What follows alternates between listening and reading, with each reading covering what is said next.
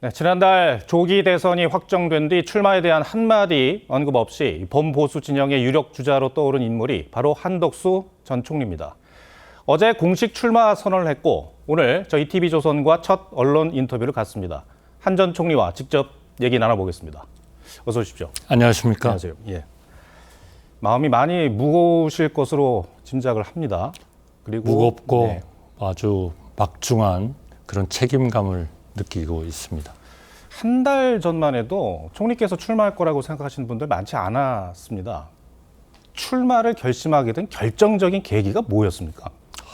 최근에 국제적으로 보면 통상 질서가 완전히 다시 개편되고 있고 또 국제 질서가 요동을 치고 있습니다. 네. 그에 따라서 전 세계의 산업구조 개편이 요동치고 있고 거기에 따라서 국제적인 이런 분업구조가 완전히 지금 달라지고 있습니다. 이것은 우리가 이제까지 경험하지 못했던 절대절명의 위기로 다가올 수 있겠다. 국내적으로 보면은 정말 지금의 이러한 모든 제도와 구조가 분열과 갈등에 의해서 우리나라가 도저히 선진 미래로 나갈 수가 없는 이런 상황입니다.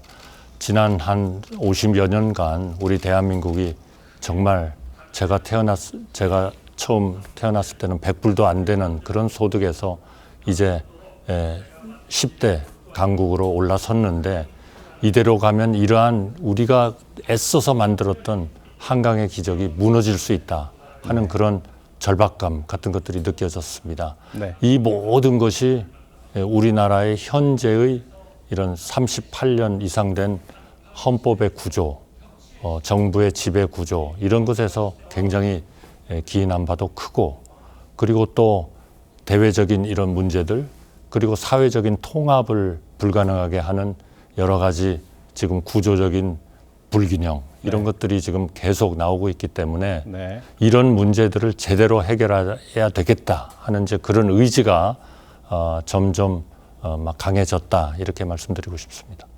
어제 출마 선언에서 여러분의 정부라는 표현을 쓰셨어요. 총리께서 생각하시는 정확한 정부의 모습은 어떤 모습입니까?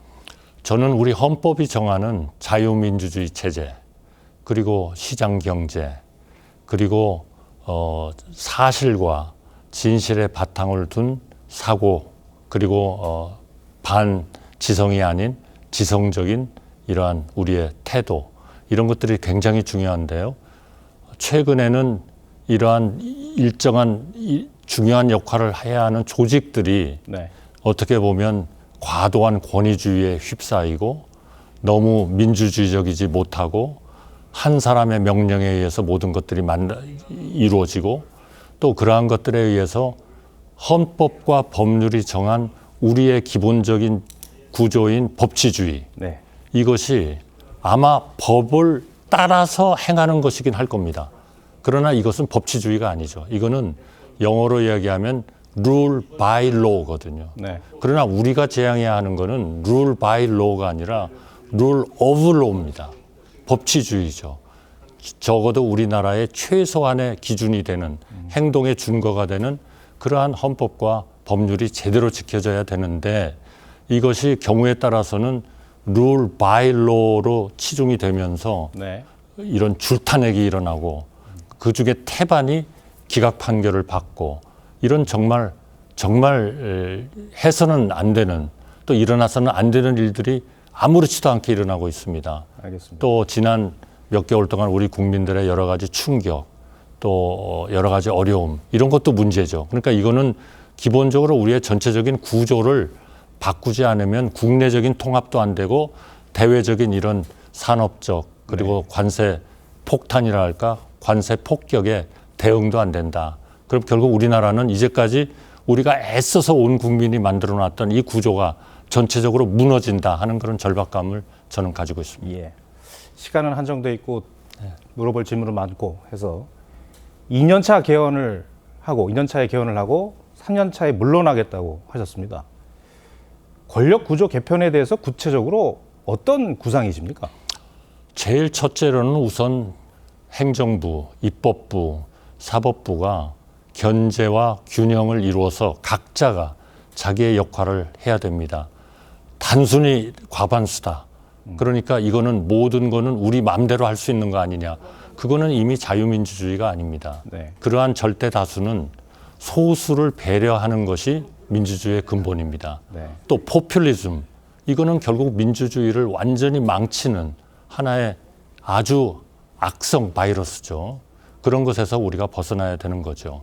그러니까 우리가 정말 이러한 문제에 대응을 잘 해서 우리의 전체적인 사회적인 통합도 이루고 또 이러한 통합의 기초는 우리 헌법의 개정이고 이 헌법의 개정이 되지 않고서는 경제, 민생, 사회, 외교 모든 것이 제대로 네. 개혁을 이룰 수 없고 변화를 이룰 수 없다 하는 그런 절박한 그러한 심정이 있습니다. 그렇기 때문에 네. 3년이라는 기간을 정해놓고 아주 최대한의 노력을 해서 이런 일들을 이루고 저는 그 다음 세대, 젊은 세대가 나와가지고 좀 더 좋은 하나의 나라를 만들도록 저는 그러한 기반이 되고 네. 디딤돌이 되고 저는 물러나겠다 하는 생각을 하고 있습니다. 네. 단도직입적으로 질문드리겠습니다. 민주당 이재명 후보는 왜 대한민국의 대통령이 되면 안 된다고 생각하십니까? 저는 뭐 헌법과 법률에 맞다면 저는 어느 누구도 본인한테 부여된 그런 여러 가지 권리를 당연히 누려야 된다고 생각합니다. 다만 본인은 그러한 헌법과 법률에 맞는다고 하면서 딴 사람이 헌법과 법률에 따라서 행동하는 것에 대해서는 틀렸다라고 그렇게 판정을 내리고 그렇게 몰아붙이는 것은 그거는 대단히 저는 옳지 않은 그러한 일이다. 저는 그분이 본인한테 헌법과 법률에 의해서 주어진 권한을 행사하고 하시는 일에 대해서 아무런 의견이 없습니다. 네. 그것은 당연히 그래야 된다고 생각합니다. 네. 그러나 동시에 자유민주주의의 체제라는 것은 남도 그러한 권한을 가지고 있다. 그런 권리를 가지고 있다는 것을 인정하는 데서부터 출발한다 이거죠. 그러니까 그게 대단히 중요한 상호적인 하나의 이해 이런 것들이 바로 우리 자유민주주의의 기본이 되고 그게 법치주의의 기본이 된다. 저는 그렇게 믿고 있습니다. 네. 오늘 김문수 후보가 국민의힘 후보로 선출이 됐고요. 지금 여론조사의 흐름을 보면 소위 말하는 그 단일화라는 것이 되지 않으면 이재명 후보를 이기기가 어려운 구조로 돼 있습니다. 김문수 후보 빨리 만나야 될 것 같은데 언제쯤 만나실 그 계획이세요? 지금 제가 생각하는 우리 개헌과 또 통상에 대한 확실한 해결과 그리고 우리 국민 통합, 민생, 약자와의 동행 네. 이런 것들을 이루는 그런 체제 또 우리나라의 기본이 무너지지 않도록 미리 선제적으로 방어하는 문제 이런 것들을 위해서 생각을 같이 하고 그러한 개헌을 해야 된다고 생각하는 분들은 저는 모두 합쳐야 된다고 생각합니다. 이거는 어느 특정인을 대상으로 놓고 그분에 반대하기 위해서 하는 것이 아닙니다. 이거는 결국 우리나라가 지속 가능하고 지속적으로 우리의 미래 세대가 제대로 된 자유민주주의 국가에서 시장 경제에서 서로 조화를 이루면서 그렇게 살아나가는데 필수적인 것이기 때문에 그런 필수적인 기본을 닦는 데 동의하는 분들이 모이자. 저는 그렇게 생각을 하고 있습니다. 그것이 결국 그런 일들을 할 수 있게 하는 여건을 만들어주는 거다라고 한다면 그것이 결과적으로는 어느 특정인에 대해서 약간 반대하는 그런 것이 될지는 몰라도 우리 국가의 미래를 위해서 반드시 뭉쳐야 되고 같이 행동을 해야 된다. 저는 그렇게 생각합니다. 예.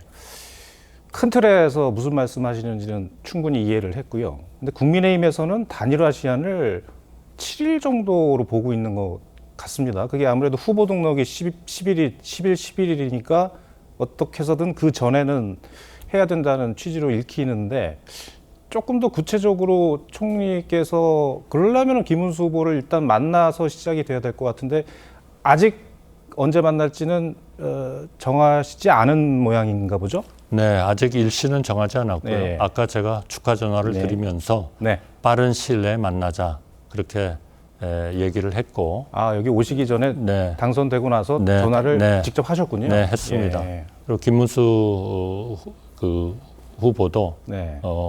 그렇게 하자 그렇게 얘기를 했습니다.